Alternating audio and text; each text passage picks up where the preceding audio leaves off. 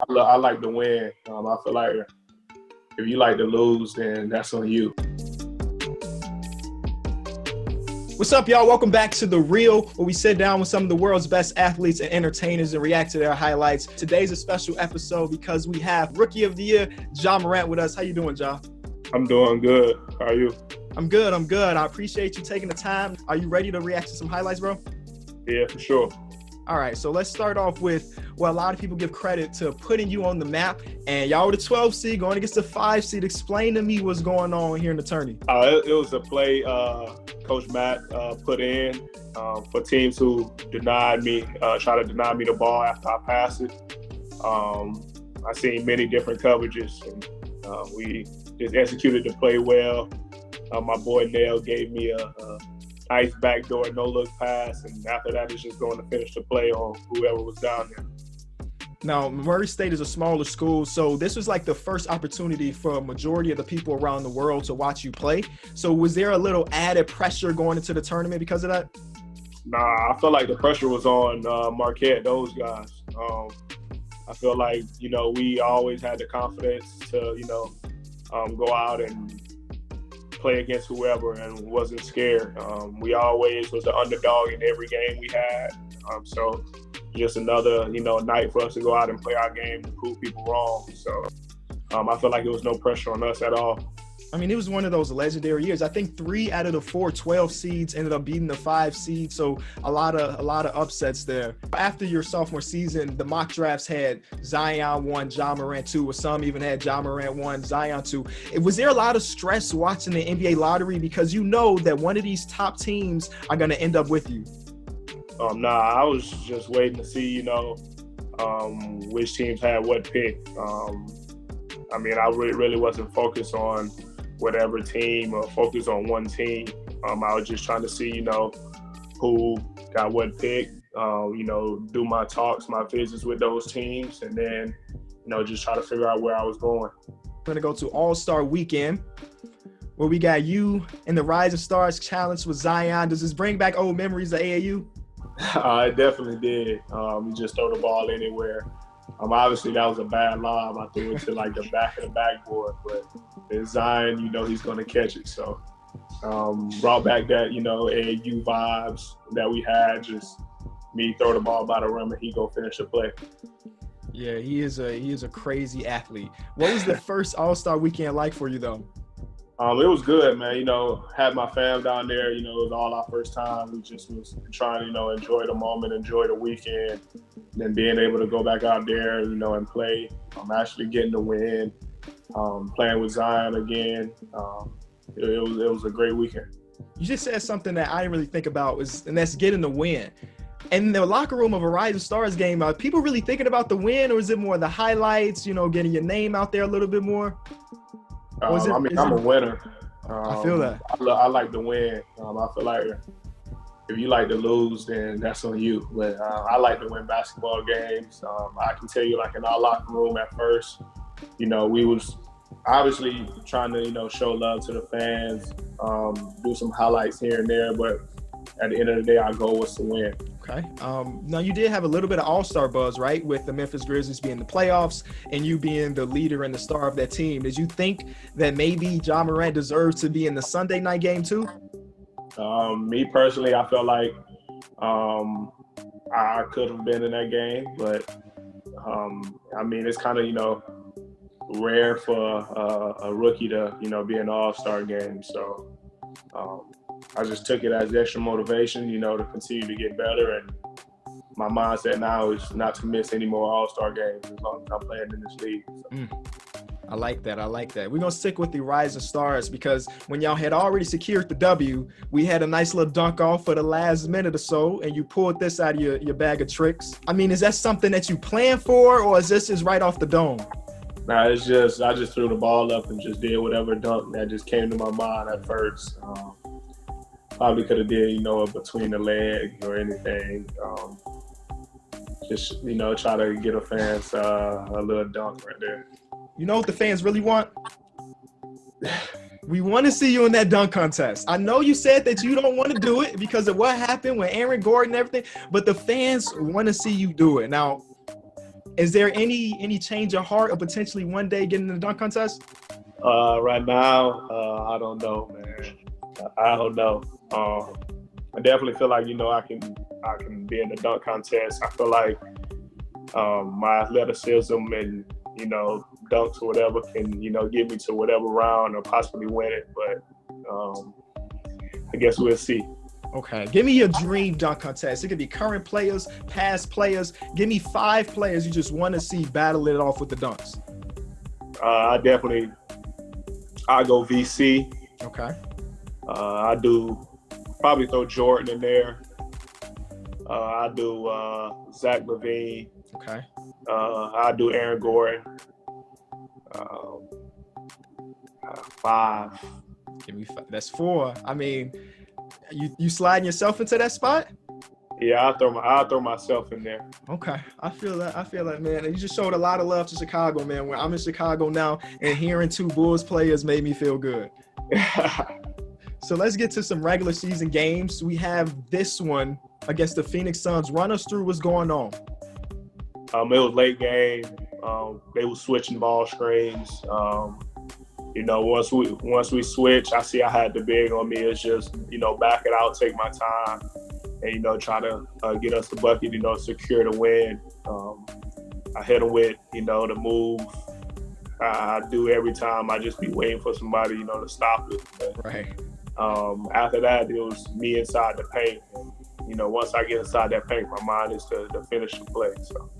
So this is one of the plays that just absolutely killed it on social media. Now, what is it like to see one of your dunks or a game winner just blow up all over the internet? It was crazy. I missed plenty dunks, before that dunk right there over people. So we're going to talk about those misses. Trust me. Yeah.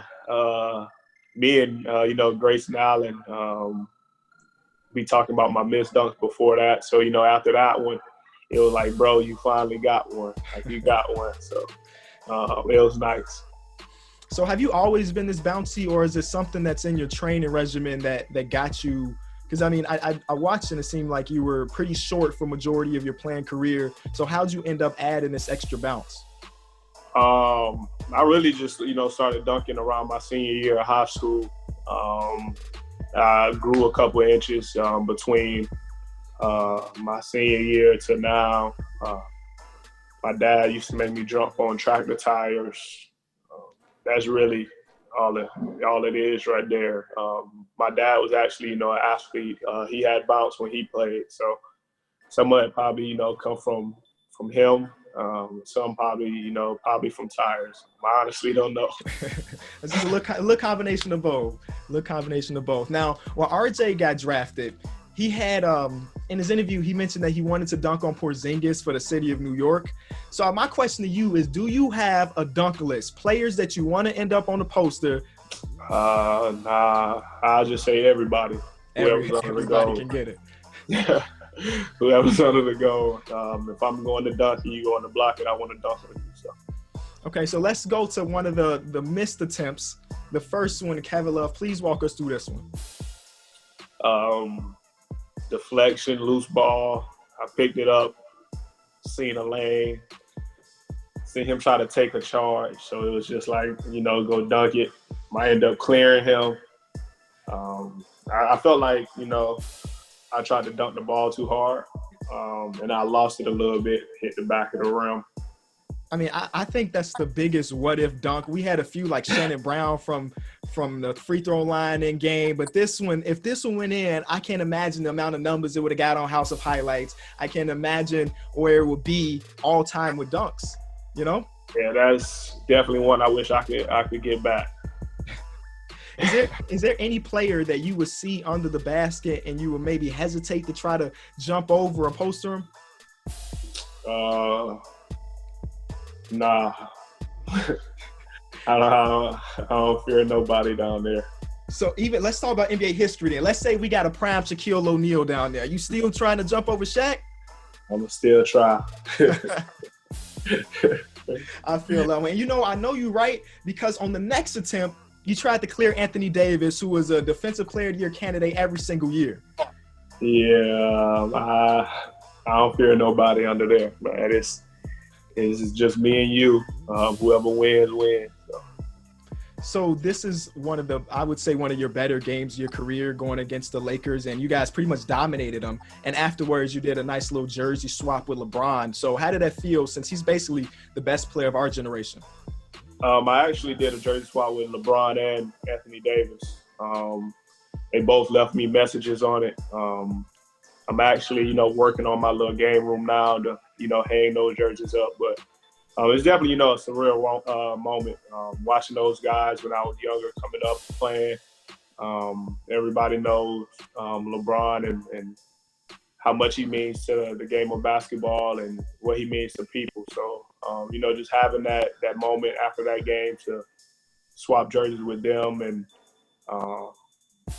just hear what they had to say about my game is definitely something, I took in and used still as motivation, but I'm also thankful for it. So you said there's a little message attached. Are those messages private, or we telling people I'm they private? I'm keep it private. Okay, I respect that. I respect that one. All right, let's get to some game winners. The first one we're going to go over is the one against the Hornets. Now, tell me what was drawn up here. The play was to, come try to get a switch. They actually switched. They sent the guard up to switch, and it was just, one-on-one with your man, and coach just trusts me to make the right play. So I was just reading to see if any help would come or anything, make the kick out. But I was in the air by the time the help was there, so it was just finishing the play. Where were you when you found out that the season was being suspended? We actually flew to Portland that day. I'm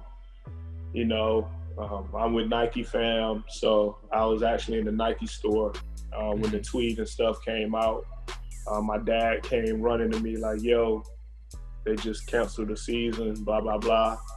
One of the coaches was in there and said, coach, his text said we got our team meeting, so we all had to leave the Nike store, go to the meeting. And, we figured out like what was going on, what we was going to do, and then we left Portland that next morning. So a week before that, you guys actually played against the Brooklyn Nets. And we know that a few players on the Brooklyn Nets did test positive for COVID-19. So is there any fear between you or your teammates that potentially somebody could have contracted it? Me. I have a daughter here at home. So bringing that back home, possibly letting my fam get it or my daughter get it. I was just trying to make sure, that I was good and safe. So I asked a lot of questions with our staff, making sure everything, we had was clean, plane, ride, whatever. I actually got my temperature checked, everything, just make sure I was safe. Okay. And seems like you are. So what have you been doing during this time to keep up? You know what I'm saying? Because I know you got to be hooping at something, right? Yes, I'm actually, building a court in my backyard now. It's actually getting done with my pool, but during that time, I have ordered weight room stuff, so I turned one of my garages into a weight room, so I'll be in there working out. One of my teammates actually, live close to me, my neighbor, he already has a court in his backyard, so I go over there and, get some work in, and then use my weight room, so. And you're lucky, right? You got your pops who is your personal trainer, so you don't really have to worry about nothing. I'm very lucky, actually. My pops, outside of the basketball, he was a barber, so I can get my haircut. Man, I get my haircut when I need. He likes cooking. He done went to cooking show, like not shows but classes and all. So I got a barber, chef, and trainer all in one. So, man, that's luck, bro, because we've been sitting in the house for 2 months, and I tell you, I need to shape up more than anything in this world. Hey, these right here ain't cover your lines. So you telling me, bro. You telling me. All right, let's get back to some more basketball action, and we got to play with against KYRIE Irving. So I need you to tell me what's going on in this one. Man, a lot of stuff was going through my mind at this point, going back and forth all game, game on the line. It's like, what you gonna do? I just scored the bucket. I just want to, take on that challenge. I actually, try to block his vision from the basket before he started jabbing and made his move. I actually got that from Shane Battier. Okay. Block his vision, and in the timeout, coaches was just saying, stay down, don't bite on pump fake. So after that, it was just the block shot. I actually could have got the ball. You know, we probably could have called timeout, had some seconds or something, but, you know, I was caught in the moment, blocked the shot on KYRIE. I was just caught in the moment right there. Let's say we have 5 rookies. Who are you giving your vote to? Top 5 rookies this year? Me. Right. I go Zion. I go K9. I go Tyler Hero. And I'm all like, you know, Kobe White. There it is. That's what I was going for. Yeah. He started COVID-19 messed him up too. He started killing. He started killing, and the Bulls started to look decent again. We got one more clip. And it is your ankle breaker on Jerome Robinson. One of the nastiest plays. What did you see in this moment? Why did you pause? I need all the details. Oh man, it was, you know, the driving kick, shot fake, and I did a step back, and I just seen him going. At that time, it was like but I had to, you know, knock down the shot. I couldn't miss the shot, so I had to focus on that. So one thing that maybe this clip doesn't show, but somebody found, is that Lou Williams actually gave you a little head nod after the song. Did you see that? Did you see that live? No, I didn't see it live. Somebody sent me the video. You know, like, look at Lou Will, and I looked, and I was like, that's that approval right there. Because I mean, Lou Williams did this to people so many times, so to get that approval, he's cold, man. Is there any highlights that maybe we didn't show today that you wish we did?